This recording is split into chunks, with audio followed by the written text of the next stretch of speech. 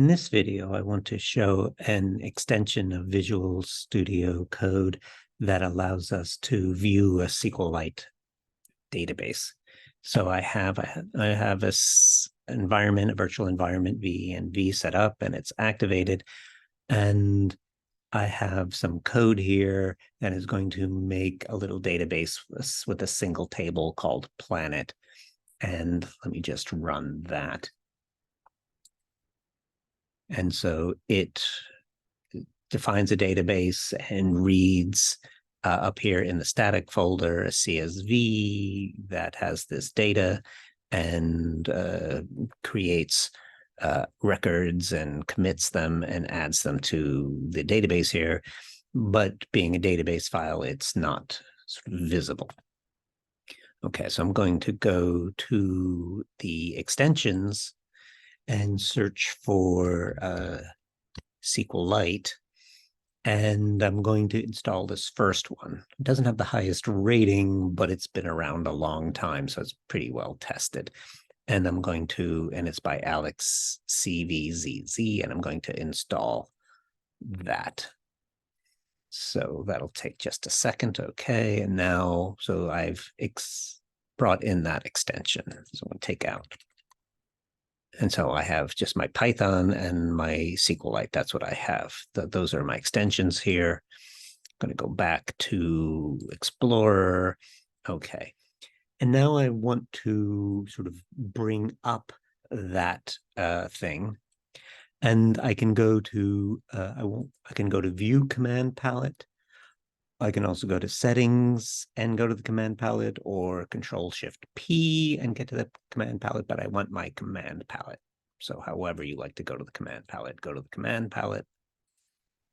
And then I'm looking for the SQL. I've searched for it before, so there it is at the top, but I'll pretend I'm searching again in SQLite. And I want to, there are things I can do, but I'm going to just here, just open the database. And it's having me choose a database. And right now I only have the one. And it knows, even though this is sort of at the same level as the VENV, not quite in the VENV, it knows about it. And so I'm choosing that. And then it seems to have done nothing, but then you have to realize down here under the Explorer, way down here at the bottom, there is this SQLite Explorer that just came in. And it's showing me the whole database. And then under the database, there is the table.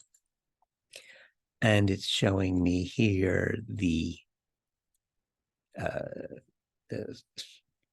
properties, the fields, and the type of there. And then I can hit this arrow and bring up the table. So this is the data. I have IDs and names and distance and periods. And I can do some other things. At this stage, I really mostly just wanted to view it. You can export it in some ways. The CSV, I mean, I got all of this from a CSV, so it's just going to basically reproduce the same CSV, except I've introduced an ID that wasn't in my original CSV. It can make some HTML. I don't know how useful that is.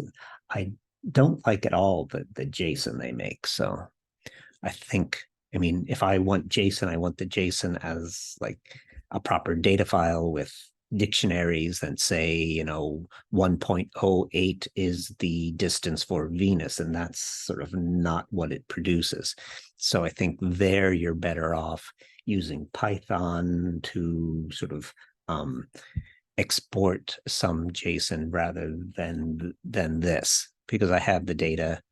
I mean, I can query the data and have it in Python, and then Python would make for me a better JSON than this thing. But for viewing, it's a nice little extension for viewing the database. And that's what I'm using it for. So that's all I wanted to show you. Extensions, SQLite, alexcvzz, and then however you're going to get to the command palette. And then in the command palette, say what you want to do. You want to do something with SQLite, open a database, choose your database, and then find find that region and open it. So again, one more time, here's my planet, and then I want to be an explorer, and then the SQLite Explorer is at the bottom of my Explorer. I've raised it up so it doesn't look so hidden, but it's often way at the bottom.